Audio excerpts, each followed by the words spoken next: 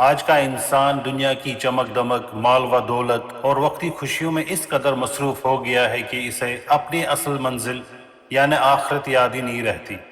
لیکن رب العالمین ان آیات میں ہمیں سمجھاتے ہیں کہ آخرت بہتر بھی ہے اور ہمیشہ باقی رہنے والی بھی۔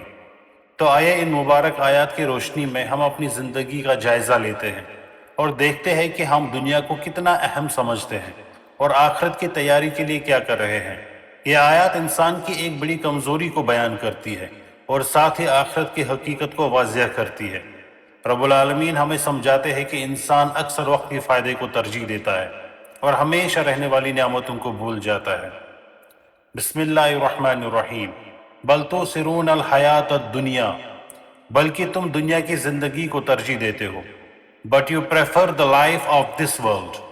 اس آیات میں رب العالمین فرماتے ہیں کہ تم دنیا کی زندگی کو ترجیح دیتے ہو۔ انسان کی فطرت یہ ہے کہ وہ جلدی ملنے والی چیزوں کو پسند کرتا ہے۔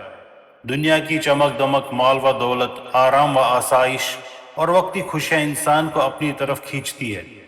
اسی وجہ سے اکثر لوگ آخرت کی تیاری کو نظر انداز کر دیتے ہیں۔ یہ آیات ہمیں تنبیہ کرتی ہے کہ دنیا کی محبت میں اس قدر نہ کھو جائیں کہ آخرت کو بھول جاؤ، کیونکہ دنیا کی زندگی عارضی اور چند دنوں کی ہے۔ وَالْآخِرَةُ خَيْرٌ وَأَبْقَىٰ، حالانکہ آخرت بہتر اور زیادہ باقی رہنے والی ہے۔ while the hereafter is better and more lasting۔ اس آیت میں اللہ تعالیٰ واضح کرتے ہیں کہ آخرت بہتر اور زیادہ باقی رہنے والی ہے۔ دنیا کی نعمتیں وقتی ہے، یہاں کی خوشیاں ختم ہو جاتی ہے، لیکن آخرت کی نعمتیں ہمیشہ رہنے والی ہے۔ جنت کی خوشیاں نہ ختم ہوگی اور نہ ان میں کوئی کمی آئے گی۔ یہ آیت ہمیں سمجھاتی ہے کہ ہمیں اپنی زندگی کا اصل مقصد کیا بنانا چاہیے۔ عقل مند انسان وہ ہے جو ہمیشہ رہنے والی کامیابی کو وقتی فائدے پر ترجیح دے۔ إِنَّ هَذَا لَفِي الصُّحُفِ الْأُولَىٰ، بے شک یہ بات پہلے صحیفوں میں بھی لکھی ہوئی ہے۔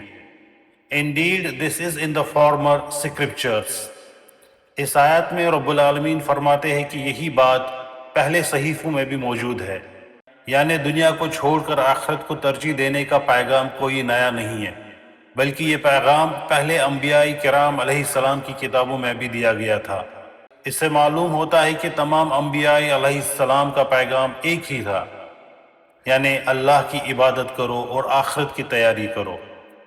صحف ابراہیم و موسیٰ، یعنی ابراہیم علیہ السلام اور موسیٰ علیہ السلام کے صحیفوں میں بھی۔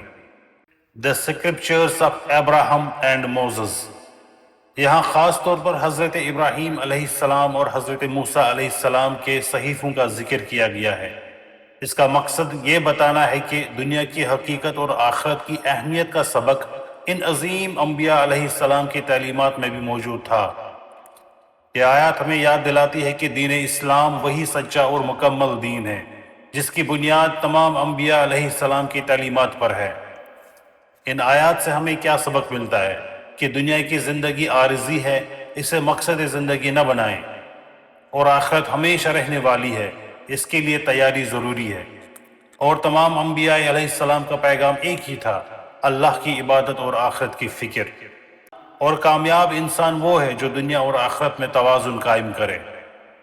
ان آیات کا مختصر خلاصہ ہے کہ رب العالمین ہمیں متنبہ کرتے ہیں کہ ہم دنیا کی وقتی زندگی کو ترجیح دیتے ہیں، حالانکہ آخرت زیادہ بہتر اور ہمیشہ رہنے والی ہے۔